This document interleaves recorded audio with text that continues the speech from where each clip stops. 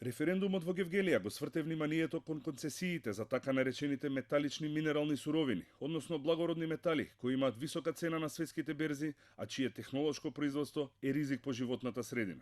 Тоа се златото, сребро, цинк, олово, никел, железо, бакар и антимон. Од 2013 година па досега, Министерството за економија има издадено вкупно 20 концесии за детални геолошки истражувања на присуство на благородни метали во почвата. Во моментов, активни се 16 договори за концесија на земјишта каде се наоѓа оваа руда, кои ги има доделено Министерството за економија. Тие опфаќаат вкупна површина од 126 квадратни километри и се наоѓаат претежно во источниот дел од државата. Според Министерството за економија, 6 концесионери имаат дозвола за експлоатација, односно ископување, а 10 концесии се однесуваат само на земјиштето каде се најдени благородните метали. Овие концесионери допрва треба да побараат дозвола за ископ, односно за отварање на рудник.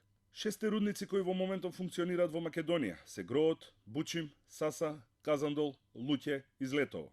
Во Гроот кај Велес, чиј концесионер е фирмата Миса МГ од Скопје, се ископува никел, а зафаќа површина од 0,7 квадратни километри. Во рудникот Бучим кај Радовиш, кој е под концесија на фирмата Бучим, се ископува бакар и зафаќа површина од 9,7 квадратни километри. Во рудникот Саса кај Македонска каменица, чиј концесионер е фирмата Саса, се ископува олово и е на површина од 4,2 квадратни километри. Рудникот Казандол, кој е меѓу Валандово и Богданци и се уште не е почнал со работа, е под концесија на фирмата Сардич МЦ од Скопје, а таму ќе се ископува злато, сребро и бакар. Површината на оваа концесија е 15 квадратни километри. Рудникот Луќе кај Крива Паланка е под концесија на Енергетика Пела од Скопје. Се ископува злато, сребро, бакар, олово и цинк и се простира на површина од 29,2 квадратни километри. Шестиот активен рудник е рудникот Бучим кај Пробиштип, каде концесионер е фирмата Булмак, а во него се ископува олово и цинк. Овој рудник зафаќа површина од 5,9 квадратни километри. Според Министерството за економија, во план е отварање на уште 10 рудници на локалитети кои се веќе дадени под концесија. Тоа се рудникот за никел кај Конопиште, чиј концесионер е Фени. Рудникот Иловица кај Босилово и Ново село, каде треба да се ископува бакар и злато на вкупна површина од 18,7 квадратни километри. Собственик на двете концесии на Иловица е фирмата Евромак Ресурсис. Рудникот Плавица, кој се наоѓа помеѓу Кратово и Пробиштип, во кој ќе се ископува злато, сребро и бакар.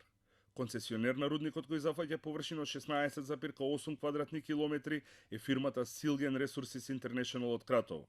Рудникот Кадијица кај Пехчево, каде концесионерот Кадијица Метал ќе ископува бакар на површина од 6 квадратни километри.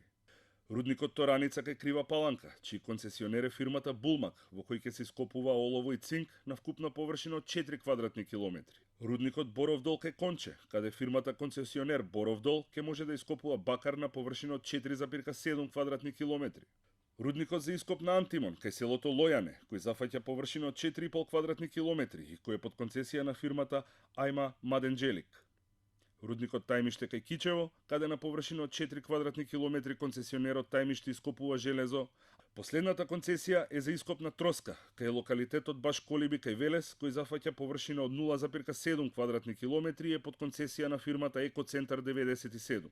Колкава е висината на инвестициите и колку луѓе ќе работат во 10 рудници кои допрва треба да се отворат, е тајна. Според одговорот кој го добивме од Министерството за економија, таа информација не е вклучена во тендерските документации и може да се добие единствено од фирмите концесионери.